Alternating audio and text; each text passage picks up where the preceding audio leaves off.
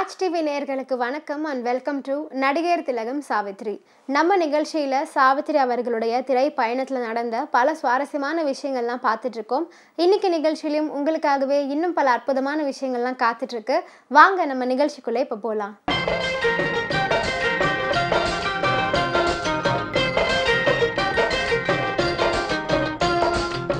மகா நடிகை சாவித்ரி அவர்களின் வெற்றி திரைப்படங்கள் வரிசையில் 1963ஆம் ஆண்டு வெளியான திரைப்படம் தான் கற்பகம் அப்படிங்கிற திரைப்படம். இயக்குனர் திலகம் KS கோபாலகிருஷ்ணன் அவர்களின் இயக்கத்தில் உருவான இந்த திரைப்படத்தில் நடிகர் திலகம் சாவித்ரி, காதல் மன்னன் ஜெமினி கணேசன், SV ரங்காராவ், ஷீலா தேவி, நடிகவேல் MR Radha, KR Vijaya, R Muthuraman, baby Shakila, VK Ramasamy, V Nagaiah, Karikol Raju, SV Sahasranamam போன்ற அற்புதமான நடிகர்கள்லாம் நடிச்சிருக்காங்க. திரைப்படத்திற்கு இசையமைத்தவர்கள் மெல்லிசை மன்னர்களான விஸ்வநாதன் ராமமூர்த்தி ஆகியோர். ஒரு படத்தை வைத்துக்கொண்டு பல படங்களை உருவாக்கிவிட முடியுமா?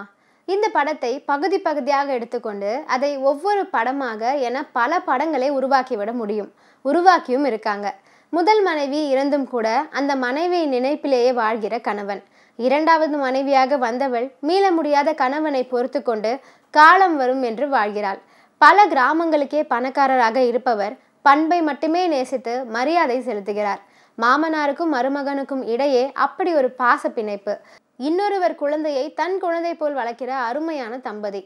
பண திமிரிலும் உடல் திமிரிலும் கெட்டவனின் கையில சிக்கிக்கொண்டு அவர்கள் வீட்டு பெண்ணையும் திருமணம் செய்து கொண்டு சுற்றிவிட்ட பம்பரம் போல ஆடுகிற இளைஞன், விவசாயத்தை நேசிக்கிற இளைஞன், உழைப்பவர்களுக்கு மதிப்பு கொடுக்கிற நாயகன், உறவுகளை விட்டு கொடுக்காமல் சகலத்தையும் சமாளிக்கிற ஹீரோ என்று கற்பகம் படத்தை வைத்துக்கொண்டு 100 படங்களை எடுத்துலாம் அப்படின்னு சொன்னால் அதை மறுக்கவே முடியாது. இந்த கற்பகம் திரைப்படத்துடைய கதை எப்படி இருக்கும் அப்படின்னு பார்த்தீங்கன்னா, மிகப்பெரிய பணக்காரர் நல்லசிவம், அவரின் மகள் கற்பகம், மகன் ராஜாங்கம். பணம் இருந்தாலும் பண்பையும் அன்பையும் கிராமத்தையும் நிலத்தையும் முக்கியமாக மனிதர்களையும் நேசிப்பவர் நல்லசிவம். அவர் மகள் அமுதாவும் அப்படித்தான். ஆனால் ராஜாங்கம் பட்டணத்தில் படிக்க போகிறேன் என ஊதாரித்தனத்தில் ஈடுபடுறான். தாண்டவத்தின் தொடர்பு அவன் குணத்தையே மாத்துது. தாண்டவம் தன் மகள் பங்கஜத்தை ராஜாங்கம் பணக்கார வீட்டு பையன் அப்படின்னு தெரிந்தும் பழக அனுமதிக்கிறான். இருவரும் காதலிக்கிறாங்க. இப்படிதான் கதை நகர்ந்துட்டு இருக்கு.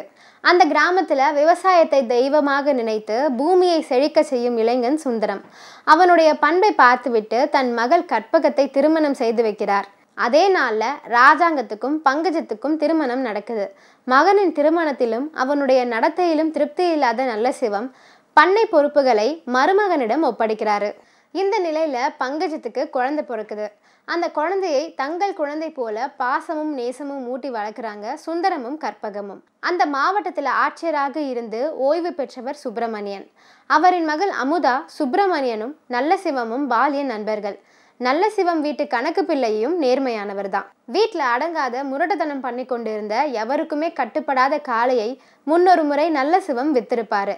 அந்த காளையை மீண்டும் விற்பனைக்கு கொண்டு வர முதலாளி நீயா நானா என்னும் போட்டியில மாமனாரின் சொல்லை கேட்டு ராஜாங்கம் வீம்புக்கு வாங்கி வைக்கிறான். ஒரு கட்டத்துல மகன் மருமகள் சம்பந்தியை வீட்டை விட்டு அனுப்புகிறார் நல்லசிவம்.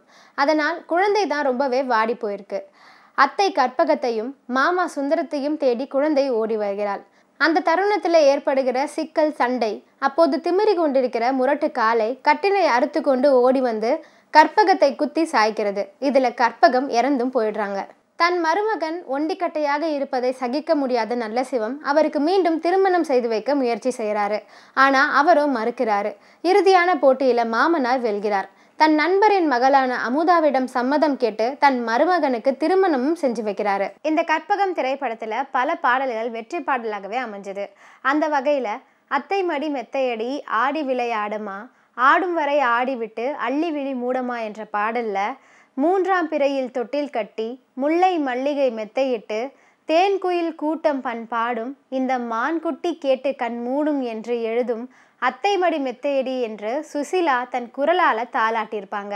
வேறொரு தெய்வத்தை போற்றவில்லை, வேறொரு தீபத்தை ஏற்றவில்லை, அன்றோர் கோயிலை ஆக்கி வைத்தேன், அம்பிகை உன்னை தூக்கி வைத்தேன் என்று சொல்லி பாடும்போது குழந்தை ஷகிலாவின் அப்பா முத்துராமனும் அவர் மனைவி ஷீலாவும் வந்துடுவாங்க.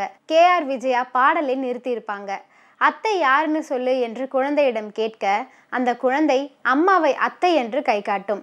அத்தை KR விஜயாவை அம்மா என்று கை காட்டும். உடனே அன்னை மடி மெத்தையடி என்று அத்தையை அம்மாவாக மாற்றி பாடுவாங்க KR விஜயா. பார்த்து கொண்டிருந்த ரசிகர்கள் நெகிழ்ந்து கரைந்து போனாங்க. இன்னைக்கு நடிகர் திலகம் சாவித்திரி நிகழ்ச்சியில பல சுவாரஸ்யமான விஷயங்கள்லாம் பார்த்தோம். இதெல்லாம் கேட்டு ரசிச்சிருப்பீங்கன்னு நினைக்கிறேன். இந்த நிகழ்ச்சியை தொடர்ந்து பாருங்க. நன்றி, வணக்கம்.